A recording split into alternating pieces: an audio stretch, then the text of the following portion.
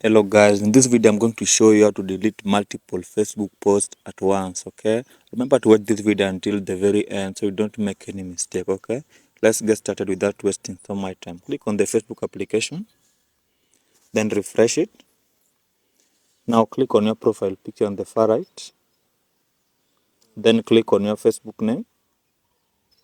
Then you will see the three dots at the very far end, and please remember to like this video if you find it helpful because it really helps me with the algorithm. Okay, click on the three dots here. Now click on manage posts.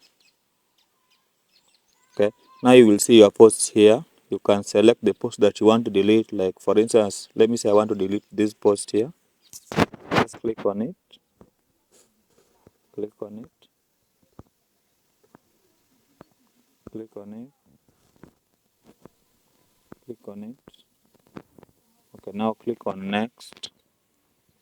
Now if you select delete post, all these posts will be deleted. Okay, thank you guys for following this video and liking my video.